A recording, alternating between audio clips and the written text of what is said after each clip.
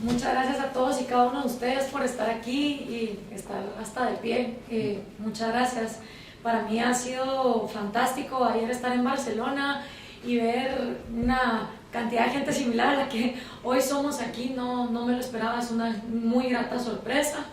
Roger, muchas gracias por haber aceptado la locura de la portada y estar súper feliz con que hiciéramos las fotos.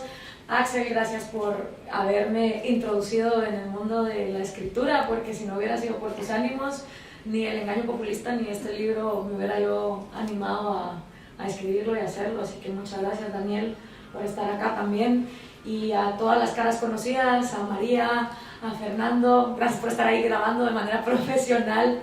Leti, muchas gracias por estar ahí, tía, te quiero mucho, y eso que yo sé que no pensamos igual, pero agradezco un montón que estés aquí. Eso lo respeto muchísimo, y a cada uno de ustedes, de verdad. Pues este libro es un libro que yo escribo desde el corazón, contando muchas anécdotas que me han pasado a mí, conversando con personas que no piensan igual que yo, porque creo que de eso se trata. Y son anécdotas que van desde Argentina hasta Lovaina, hasta Guatemala, aquí en España, porque creo que hablando se entiende la gente, y creo que, como pongo en el libro, es bien necesario que intercambiemos palabras para que no se intercambien balas. También creo que es necesario que, si la región iberoamericana quiere salir de la miseria, del racismo y de la exclusión, es imposible que el líder, por referencia, desde Río Grande hasta la Patagonia, sea un carnicero como el Che Guevara. Es que es inaceptable. ¿Cómo es posible que el líder juvenil por excelencia en toda América Latina y aquí en España también sea un tipo que, estaremos todos de acuerdo, lo indignó muchísimo su paso por la motocicleta en diferentes países de América Latina, y le echó la culpa a algo que América Latina nunca ha tenido, que es el libre mercado puro y duro y absoluto? Porque la gente confunde este mercantilismo estatal que tenemos con libertad de mercado, y a eso le llaman capitalismo. Y digo yo, ¿cuándo ha habido libre mercado en América Latina? Libre de aranceles, de privilegios, de subsidios, de monopolios, de proteccionismo, no lo ha habido. Pero ellos se enfrascaron en que ese era el problema. Imagínate tú culpar algo que no existe de las desgracias que estás viviendo, pues así de bien te va a ir con la solución, para que al final él mismo terminara reconociéndole al padre lo mucho que le gustaba matar, y que encima se haya cargado a muchísimos homosexuales dentro de su homofobia, se haya expresado terriblemente mal de los indígenas como una raza inferior, versus Margaret Thatcher, que de hecho despenalizó la homosexualidad. Pero vayan ustedes a preguntarle al progre quién era más pro-gay, si la Thatcher o el Che Guevara. Entonces, para mí era bien necesario entrar con algo que empezara esa discusión, porque si realmente queremos vivir en paz y en prosperidad en América Latina, no puede ser que el líder juvenil por excelencia sea este tipo. Entonces, desde la portada ya es un llamado a cambiar el fusil por la evolución y tachar la R por eso, para evolucionar. Y cuando hablo de evolución con E mayúscula, porque sí creo que es muy necesario el conocimiento científico de cómo funciona la biología humana. Y la falta de conocimiento de neurociencia, la falta de conocimiento de cómo estamos cableados desde nuestro ADN para tener autoestima, para tener dignidad y para tener amor propio, que hoy, pues gracias a muchísimos científicos, desde Steven Pinker hasta psicólogos como Kahneman, el trabajo también de Viktor Frankl hace más de medio siglo, vienen a contribuir a comprender que como seres humanos estamos diseñados para tener amor propio, tener dignidad y tener autoestima. ¿Y qué es el progre? Pues el progre, al igual que todos nosotros, en algún momento de su adolescencia le indignó la pobreza. A todos en algún momento de nuestra vida nos indigna la pobreza al ver a una señora descalza, o a un niño indígena muerto de la desnutrición en Guatemala, o a una persona acarreando una gran canasto de frutas sin tener un automóvil con qué moverse, y uno dice, ¿por qué tiene que ser el mundo así? O la famosa foto del niño en África que está completamente agachado a punto de morirse, y el buitre está detrás esperando que se muera. Yo me acuerdo cuando yo vi esa foto por primera vez, yo llegué con mi papá y le dije, ¿cómo es posible que este periodista, en lugar de salvar a ese niño, se haya puesto a tomarle fotos? Pues ¿qué le pasa? Y yo tenía 9 años. Claro, ya mi padre me explica, mira, si esa foto se ampliara, no ves uno, ves muchos de esos niños ahí tirados. Y ese periodista, de hecho, pues pasó por una gran depresión, luego se suicidó y tal y cual. Pero la indignación de la pobreza nos puede llevar por dos caminos. O nos quedamos repitiendo eslóganes, diciendo hay que redistribuir, porque eso es lo que se oye fácil y se oye bien, o le metemos cabeza al tema y nos ponemos a estudiar economía y nos ponemos a estudiar historia y entendemos los orígenes de por qué hay pobreza en este mundo. Y de hecho, los grandes liberales que hemos tenido han venido de ser progres primero. Mises, Hayek, Vargas Llosa, Carlos Sabino, son personas que primero empezaron indignadas por la pobreza desde el progresismo, defendiendo el socialismo, y que al ponerse a estudiar economía, historia, filosofía, lógica y contrastarlo con la realidad, porque de nada te sirve estudiar si luego no lo ves en la realidad, que el camino era liberar más. El progre, en cambio, no hace esa profundización. Le indigna muchísimo la pobreza, pero le da pereza agarrar economía en una lección de Henry Hazlitt. Entonces, ¿qué pasa? Se queda repitiendo eslóganes que han fracasado en China, en la Unión Soviética, en Cuba, en Corea del Norte, en Venezuela, y que si se implantan en Marte también van a fracasar en Marte. Porque el problema con Carlos Marx, y por eso hay que leer a Marx, es que él hablaba desde una autoridad científica que él no tenía. En el momento en que Marx escribe, la psicología y la neurociencia están en pañales, vamos, no son ni embriones todavía. Entonces yo le perdono a Marx que el cuate paniqueara, como decimos en Guatemala, viendo la revolución industrial y la época de los miserables y las máquinas nos van a comer y el obrero se va a morir y esto va a ser un desastre. Está bien, fue producto de su época.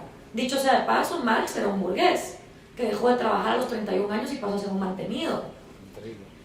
Versus Hayek, que hasta peleó en la Primera Guerra Mundial, que pudo ver la miseria así en sus ojos, y que, como me contaba Luis Torras, que conoce muy bien la vida de Hayek y de Mises, se tira a llorar con su primo después de haber cruzado los montes y estar en una tremenda depresión después de la Primera Guerra Mundial. Y obviamente después de vivir una catástrofe de esa manera desde la trinchera, es muy fácil que uno se venda por ideas socialistas, porque se oyen muy bonitas. Las ideas progres cumplen a cabalidad aquel dicho que dice: de buenas intenciones está empedrado el camino al infierno. Porque se oye maravilloso. Redistribuyamos, no pienses en ti, piensa en los demás, sacrifícate y todos vamos a estar bien. Se oye muy bonito. El problema es que en la práctica, cuando esto se ha implementado, siempre surge una élite que se queda abusando de todos los demás. Porque Castro no vivió en la miseria, ni Stalin, ni Mao, ni la dinastía Qin, ni los boliburgueses que encima se van al imperio a gastar todo lo que han expropiado. Entonces, qué bonito recetar socialismo y miseria, pero para otros, porque yo con lo que expropié voy a vivir como rey. Entonces, no es verdad que se cumpla eso del sacrificio para todo el mundo. Entonces, volviendo a Marx, Marx no tenía las herramientas que hoy por hoy nosotros tenemos, con conocimientos que nos han dejado Carl Sagan, Neil deGrasse Tyson, Steven Pinker, Kahneman y todo lo que nos va arrojando a diario la ciencia para entender que biológicamente estamos diseñados para tener autoestima y amor propio. Y entonces, ¿a qué conclusión llega Marx?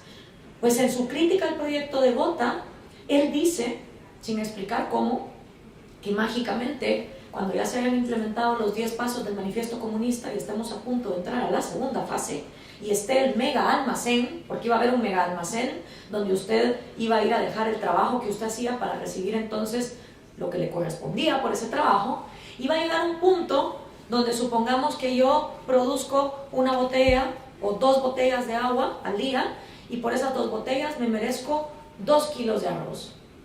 Pero viene Axel y no es tan talentoso como yo y él solo puede producir una botella y entonces le corresponde solo 1 kilo de arroz. Pues nos dice Marx, sin explicarnos cómo, no nos dice cómo va a ser este cambio mágico en nuestro cerebro, que va a llegar un punto donde va a surgir un nuevo hombre, que va a llegar con sus 2 botellas de agua y que en lugar de recibir 2 kilos de arroz va a decir, no, ¿sabes qué? Dame solo 1. porque así entonces igualamos. Y en teoría se ve muy bonito, pero vayan ustedes a decirme a la práctica, ¿quién hace eso?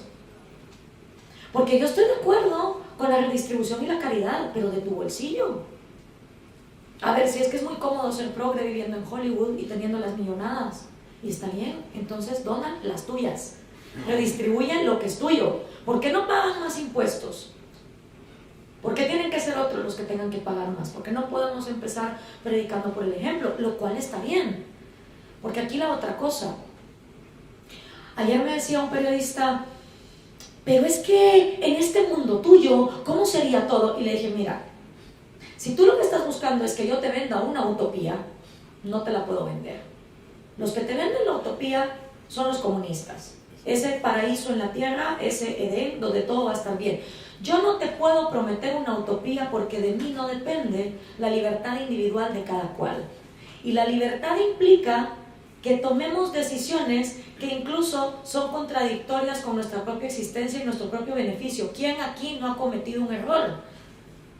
¿Quién aquí no hemos cometido un acto que después decimos, ¿por qué hice eso?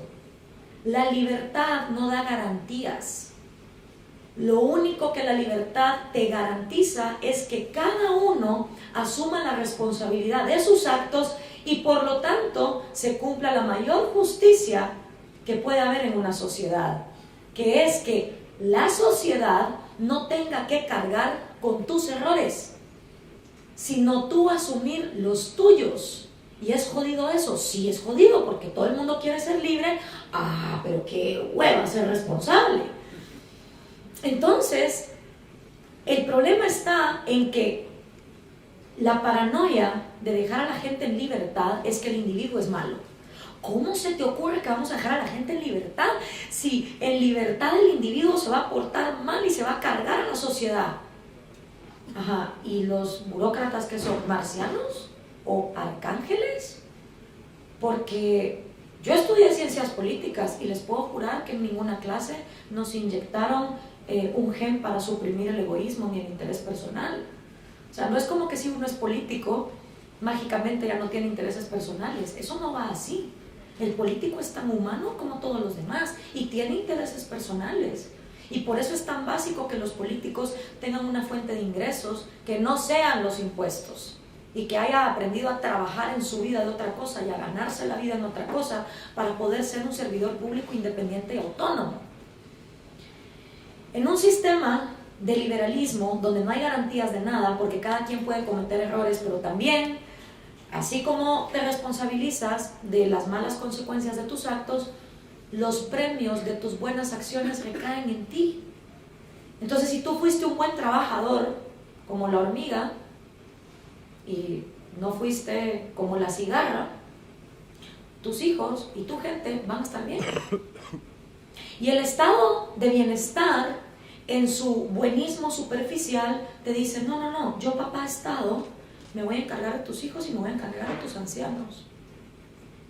Quitándole una responsabilidad bastante humana al núcleo familiar. Porque yo creo que no hay nada más digno que uno hacerse cargo de sus ancestros y uno hacerse cargo de sus descendientes.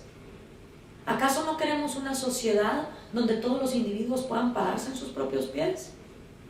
¿Acaso no queremos una sociedad donde en pequeñas comunidades, como lo pueden ser las familias, exista la caridad voluntaria? Que hasta el mismo Hayek decía, es que el comunismo funciona muy bien en núcleos pequeños. Entonces yo entiendo por qué la indignación de la pobreza, yo entiendo por qué se recurre a repetir esos eslóganes. Pero si los griegos, que hace miles de años no tenían electricidad y no tenían internet, y a punta de vela se ponían a filosofar y a encontrar los principios básicos de la humanidad con unas condiciones bien precarias, ¿qué excusa me dan a mí los millennials que tienen hoy en la palma de su mano todo el conocimiento habido y por haber que la humanidad ha podido recabar para no encontrar su propio principio, su propia manera de ver el mundo? Porque aquí de lo que se trata es de que cada quien se cuestione. Hay gente que a mí me pregunta en redes sociales cosas que yo le digo, por más que yo te escriba un post, yo no te puedo trasladar. No hemos llegado a la época de Matrix, donde a uno le metan un disco por detrás y listo, ya sé japonés. Ojalá fuera así de fácil. O como aquella película del marciano Paul, no sé si la han visto, donde está la chica que es como súper conservadora y religiosa y viene él y le pone la mano y le pasa todo el conocimiento del cosmos de un solo y ella se despierta y ya lo sabe todo. Qué maravilloso fuera que uno pudiera hacer eso. Pero no es el caso. El proceso cognitivo es individual y es una conversación que cada uno debemos tener. Y lo que yo pretendo con este libro es precisamente que cada uno se cuestione y se ponga a pensar en qué momentos nos quedamos callados con tal de no entrar en la discusión. Porque la batalla de las ideas no se da en los parlamentos únicamente, no se da nada más votando. La batalla de las ideas se da en el bar, en la iglesia, en la mesa con la familia, hablando con los chicos, con los amigos. Y muchas veces los liberales, por no causar roña, preferimos quedarnos callados. Y que prevalezca el mito de la desigualdad, y que prevalezca el mito de la socialdemocracia, y que prevalezca que Cuba es un paraíso, porque si no, todos me van a insultar y todos me van a tratar mal. Sí, desgraciadamente la única batalla que le podemos ganar a esta gente es la de las ideas, porque en la de la violencia ellos son los expertos, ¿sí? Ellos son los expertos en genocidio, en campos de concentración, en meter presos a Leopoldo López, en torturarte, en ponerte comités de barrio para que te escuchen y te intimiden. Ellos son los expertos en la violencia. Esa batalla no la vamos a ganar. La única que tenemos para ganarles es la de las ideas, que es una batalla pacífica y que es una batalla que lo que requiere es que le tengamos valor y coraje a debatir y que lo hagamos desde el corazón.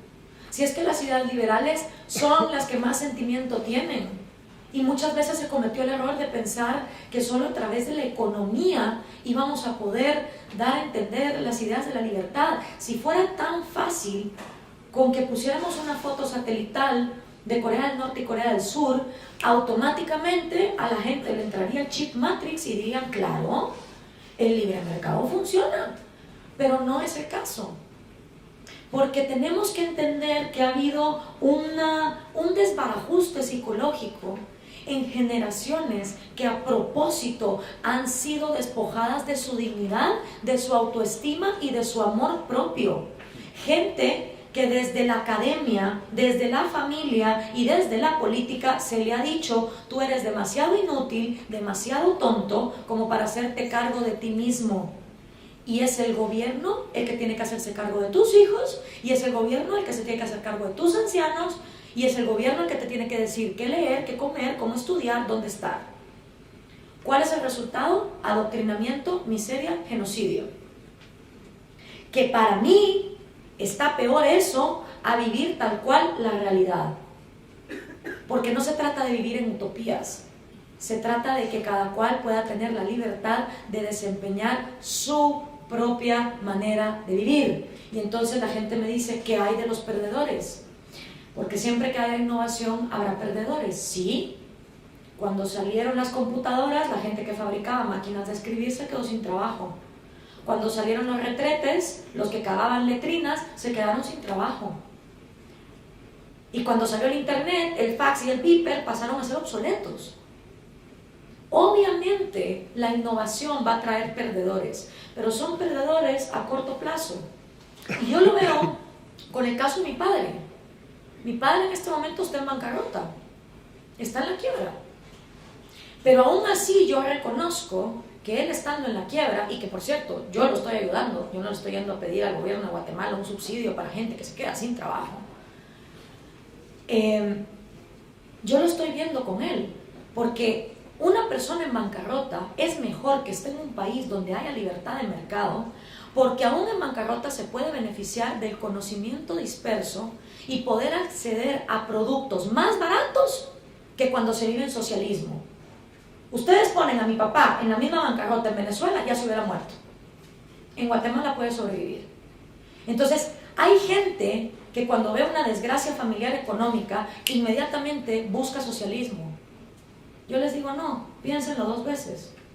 Porque siempre es mejor ser pobre en un país donde hay posibilidades de intercambiar, de emprender, de ser innovador y donde haya movilidad social a ser pobre en un país donde no tienes alternativa. Por último, quiero leerles la parte final del libro, no a manera de spoiler, sino a manera de, porque creo que es como la conclusión a la que yo quiero llegar, porque mucha gente dirá, te estás cargando en los progres, así como ellos se cargan en ti, en las redes sociales y te insultan, y realmente quiero decir que la indignación por la pobreza es algo universal, todos la hemos sentido, pero no solo se trata de la indignación, sino de qué hacemos respecto de esa indignación. Entonces esta es la conclusión del libro en la página 196. Quien a los 20 años no sea revolucionario no tiene corazón, y quien a los 40 lo siga siendo no tiene cabeza. Es una frase que adjudican a Winston Churchill, a Pedro el Grande, a Joan Manuel Serrat y a muchos más. Es la indignación que ocasiona la pobreza la que a todos en la adolescencia nos ha llevado con el corazón a preocuparnos por acabar con ella. Pero tener corazón es no ser hipócrita. Tener corazón es desarrollar empatía. Tener corazón es comprometerse con la causa y dedicarle tiempo y estudio al tema. Por eso, quien realmente tiene corazón no busca la revolución violenta que aniquila el más fundamental de todos los derechos, el derecho a la vida. Por el contrario, quien realmente tiene corazón busca la revolución de las ideas. Y quien realmente busca un cambio es capaz de absorber los resultados que ciertas ideas tienen en la práctica y siempre reconoce cuando las mismas no dieron los frutos esperados. Por eso, el revolucionario que empieza con un corazón puro siempre prestará atención a la evolución de las ideas y no al reciclaje de ideas obsoletas en nuevos paquetes o con coletas. Ahí es donde entra la cabeza, porque la cabeza canaliza con eficiencia la dignidad que el corazón busca. Y en un mundo donde lo que abundan son las ideas progres implementadas y progres que gritan que son minoría cuando son la vasta mayoría, el verdadero revolucionario será el que persevere en la batalla de las ideas, llevando las suyas a las últimas consecuencias lógicas, siempre cuestionándose, estudiando y defendiendo al individuo como la minoría más pequeña que existe, y a su vida, a su libertad y a sus proyectos personales como sus derechos por nacimiento. Muchísimas gracias.